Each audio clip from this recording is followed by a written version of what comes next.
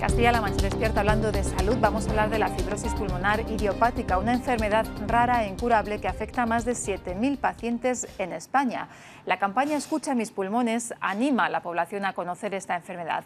Hablamos ya con Carlos Lines, que es presidente de la Asociación de Familiares y Enfermos de Fibrosis Pulmonar Idiopática, AFEPI. Buenos días, Carlos. Hola, buenos días. Antes de nada, vamos a comenzar conociendo qué es esta enfermedad, en qué consiste. Pues mira, es una enfermedad que afecta a los pulmones, es una enfermedad que es crónica y progresiva y que en España afecta aproximadamente a 7.500 pacientes.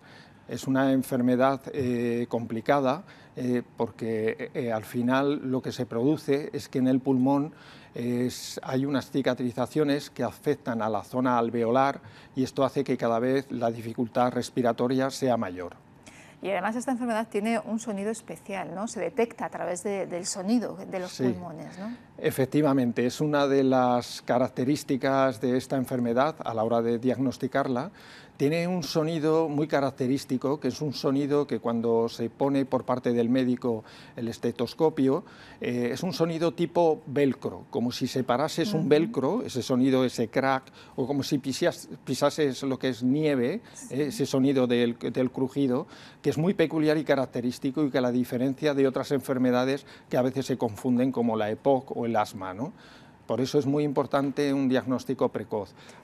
Claro, porque esta enfermedad cuando se diagnostica, ¿cómo evoluciona? Hay muchas maneras y muchos grados, ¿no? Pero ¿cómo puede evolucionar esta enfermedad cuando a alguien le detectan? Claro, lo importante es un diagnóstico precoz porque esto nos permite adelantarnos en el tiempo.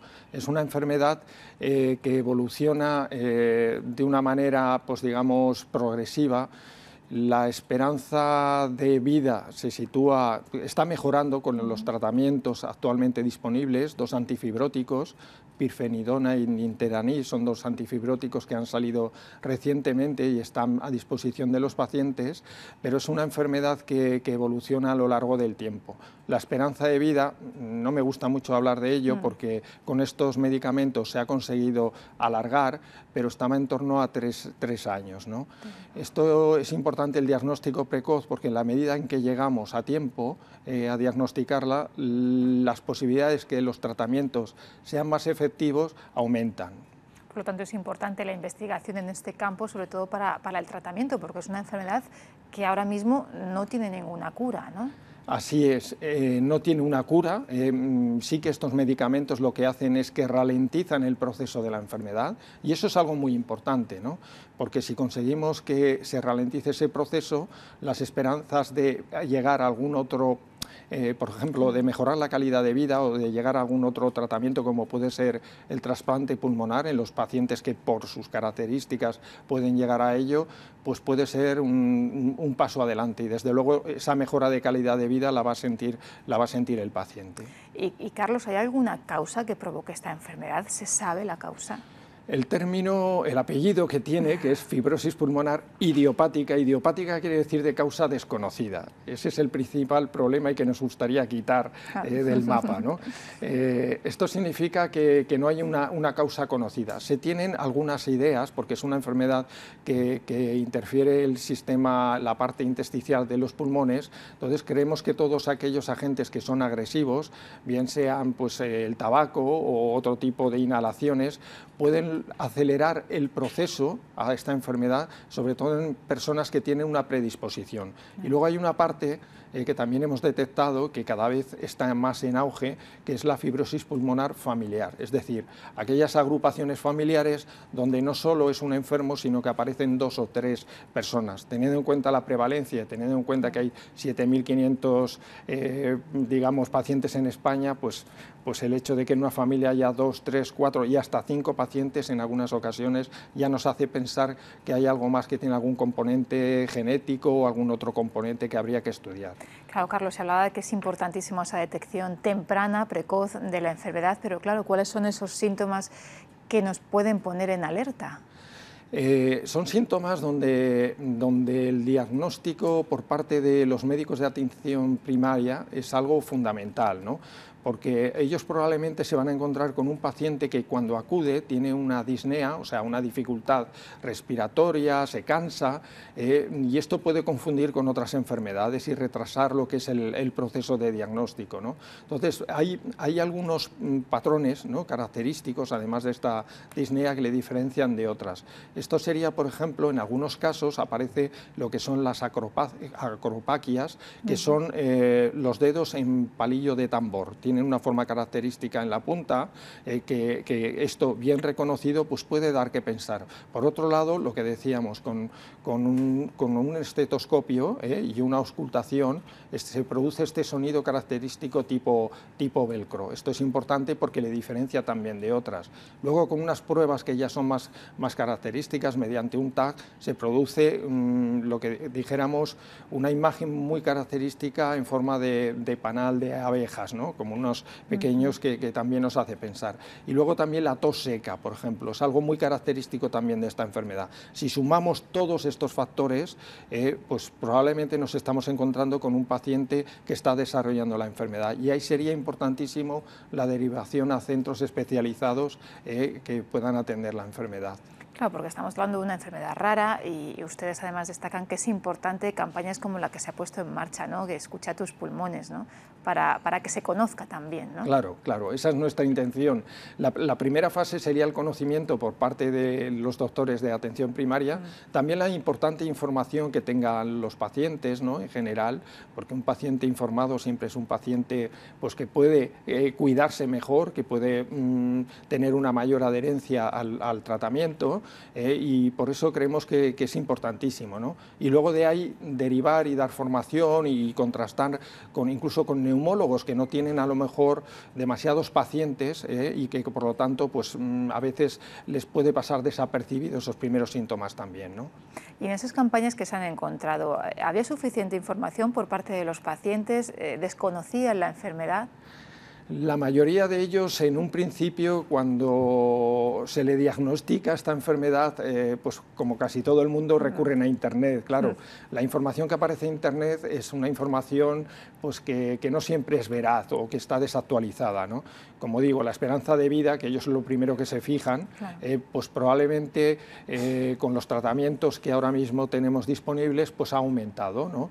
Entonces, esto sería una parte, ¿no? Lo que tienen que hacer es dirigirse a las asociaciones de pacientes, en este caso a FEPPI, que es la Asociación de Familiares y Enfermos de Fibrosis Pulmonar Idiopática, donde van a recibir una información pues, de calidad, ¿no?, donde se les va a asesorar, donde se les van a poner medios para que ellos tengan también conocimiento a ensayos, etcétera, ¿no? Hay una serie de campañas, hacemos aulas pacientes con ellos y con médicos, y bueno, yo creo que esto es importantísimo.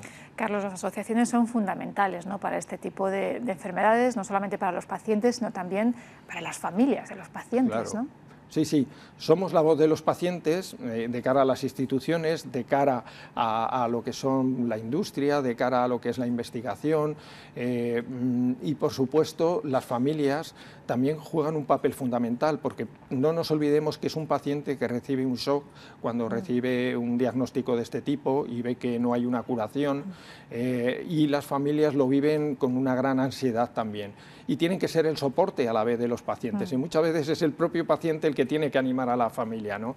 Entonces nuestro objetivo también desde la asociación es dar ese apoyo, por eso se llama de familiares y enfermos de fibrosis pulmonar idiopática. Tenemos ayuda psicológica, damos aulas, explicamos, tratamos de ponerles en contacto, tengamos en cuenta que son enfermos dispersos por toda la geografía nacional y a veces se encuentran muy solos, ¿no?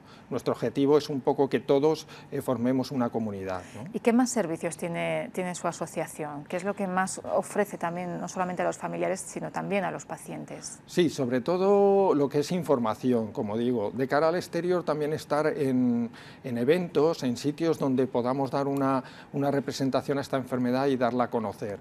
De cara a los pacientes también hacemos lo que denominamos Aula Respira, que son unas sesiones en distintas comunidades autónomas, acompañados de médicos especialistas y que tienen un gran interés porque esta enfermedad se conozca, y damos charlas con ellos, ¿no? Son campañas de difusión investigación, también hacemos estudios sobre necesidades de los pacientes que luego trasladamos al ámbito político, etcétera, ¿no? Este es un poco la función, por supuesto, informar, asesorar, ayudar, el apoyo psicológico, todo este tipo de cuestiones. Ofrecéis ayuda, información y también necesitáis socios, ¿no? Por eso animáis también a que las personas que padezcan esta enfermedad, pues que se hagan socios de esta asociación para tener también más fuerza. Claro, es lo que decía antes, un paciente informado es un paciente que va a saber reclamar, que va a saber cómo tratar mejor su enfermedad, que va a saber preguntar, entonces es importantísimo. Y luego también esta enfermedad, por la dispersión nacional de los pacientes, que a veces se sienten muy solos, el hecho de saber que existe una asociación que les apoya, que se pueden intercomunicar entre ellos, que hay grupos de Facebook cerrados, de que estamos con una página web que quiero comentarla, que es www.fibrosispulmonar.es, ahí se accede a la asociación, ahí pueden informarse y tener muchos detalles que probablemente al encontrarlos por ahí pues están dispersos, y yo creo que les puede ser muy útil, ¿no? Es importante que estemos unidos, ¿no? Claro, Carlos, y ahora mismo, ¿cuáles son las reivindicaciones, lo que piden los pacientes? Pues sobre todo piden esperanza, ¿no? Yo diría, eso resumiría todo. Eso implica muchas cosas. Implica, pues como decía, tener medicamentos disponibles, que haya una equidad en el acceso a ellos, tener posibilidades de que esta enfermedad se investigue, tener una atención de calidad sanitaria y de todo tipo, incluso en temas tan importantes para ellos como puede ser el tema de la oxigenoterapia, tener información de cómo utilizarla, romper barreras a veces de muchas cosas que a ellos les afectan en el día a día. Tengamos en cuenta que es una enfermedad que poco a poco requiere la necesidad de oxígeno y eso limita muchas cosas de la vida, ¿no? Desde cosas personales como puede ser el aseo o el salir a la calle, como desde, no sé, desde todo tipo de cuestiones, ¿no? Sí. A nivel de hasta de una cita en una visita de un doctor, pues el hecho de llegar con una mochilita, ¿no? Que le da una capacidad de oxígeno y saber que tiene que retornar a casa, pues le puede producir una gran ansiedad, ¿no? Hay muchos ámbitos en los que tenemos que avanzar. Claro, estamos hablando de a qué personas afectan, sobre todo el rango de edad a los que afecta esta enfermedad. Sí, es una enfermedad del adulto, digamos, ¿no? Entonces normalmente se empieza a diagnosticar a partir de los 50 años, cuando hay un diagnóstico precoz. Por desgracia, muchas veces ese diagnóstico se produce tarde, se produce con 2 o 3 años ya de la enfermedad, con lo cual el paciente ya llega, pues digamos, más afectado y sus esperanzas son menores, ¿no? Le quedaría la opción también cuando ya los medicamentos o no son efectivos, pues de lo que sería el trasplante pulmonar, que no en todos los pacientes es posible. Queremos ampliarlo porque creemos que con un límite de edad no es suficiente. Hay pacientes que con una determinada edad están muy bien para un trasplante, ¿no? Es una de las demandas también. Y esto sería un poco, ¿no? Todo lo que podríamos... Usted también es presidente de la Federación, de esta asociación, de la Federación a nivel europeo. ¿De qué se está hablando en Europa respecto a otros países? ¿Cómo nos situamos España con respecto a otros países? ¿De qué hablan en esa federación y a dónde quieren llegar, sobre todo? Pues mira, la Federación Europea es una unión de asociaciones de todos los países de Europa, aunque también tiene alguna implicación internacional, porque hacemos intercambios con Estados Unidos, con Australia, con Centroamérica, y fundamentalmente yo diría que hemos conseguido un hito importantísimo, ¿no?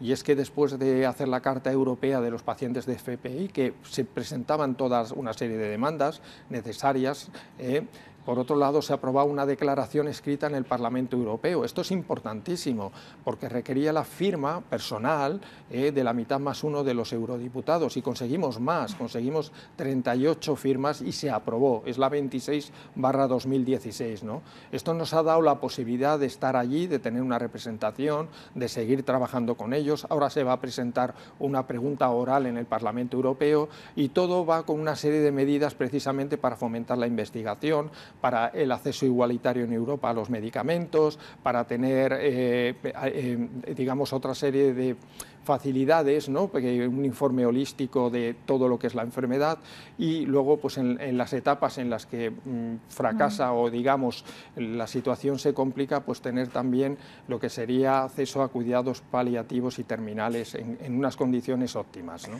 Porque los números en Europa, ¿cómo están respecto a España? ¿España está en la media europea o hay algún país que destaque más? Pues se diagnostican en torno a unos 35.000 casos en Europa de manera anual.